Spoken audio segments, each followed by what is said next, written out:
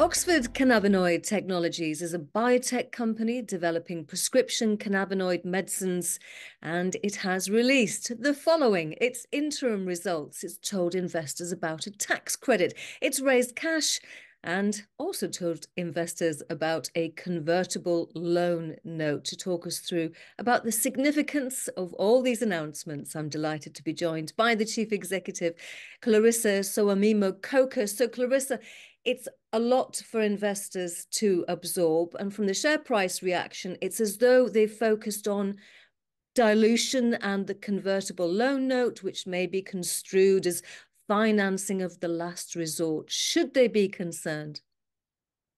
In my opinion, Sarah, no, not at all. I mean, today marks a really exciting achievement for the company.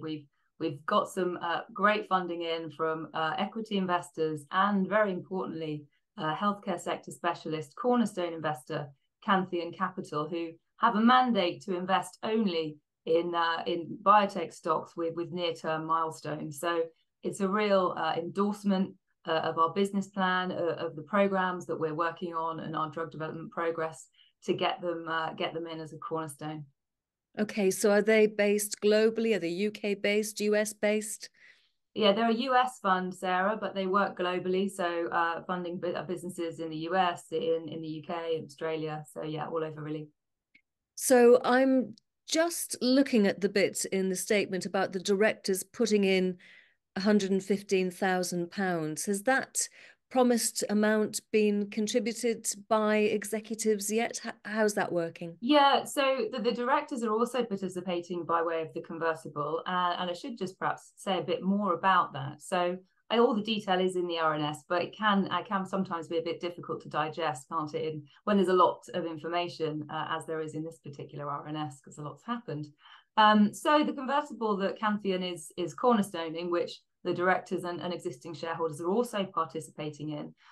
Firstly, I should say, is subject to shareholder approval at a general meeting. So shareholders will have an opportunity to have their say on it, although I would strongly recommend people vote in favour of that at the appropriate time for the reasons that I'm about to set out. So it's a very straightforward convertible. It's just an 8% interest rate.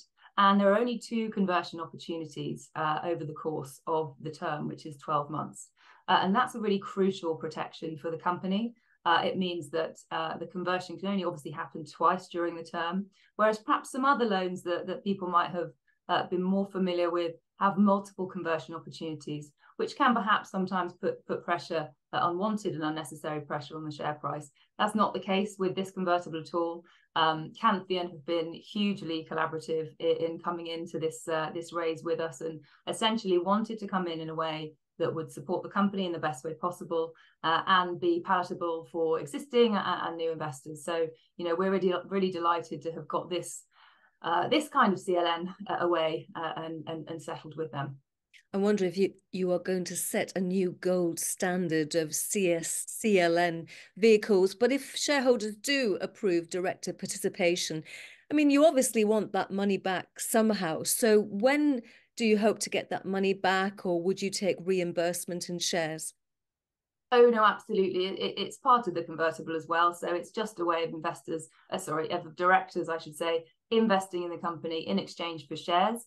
But pushing it into the convertible has left more headroom on the equity side. Of course, you'll be aware, and our investors will all be aware of the rules on the main market, the listing rules that require us not to issue over 20% of our share capital without a prospectus. So doing the CLM was also a good way of making sure we had headroom enough to issue equity that we can put straight into the hands of investors for market liquidity, etc. But also give directors the opportunity to participate, again, subject to shareholder approval, but it will absolutely be in exchange for shares in the future. Okay, so what's the money required for, and how long will these funds last for? Good questions, and it's a really exciting time, actually. So this funding allows us to get our second program, 130401, into the clinic.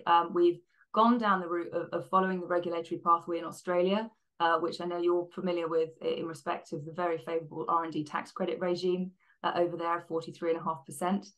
We've already got an RFP process well underway, and we're in the sort of final stages of selecting our CRO partner out in Australia to kick off that phase 1. So this money helps us to fund that, getting that program into the clinic, and also to open up INDs, or investigational new drug applications, with the FDA in the US, which again, key inflection points and milestones that investors and other pharma companies look out for when they are looking at potential licensing targets or acquisition targets. So if you're going to mind map what you've just told me, when ideally would you like to see regulatory approval?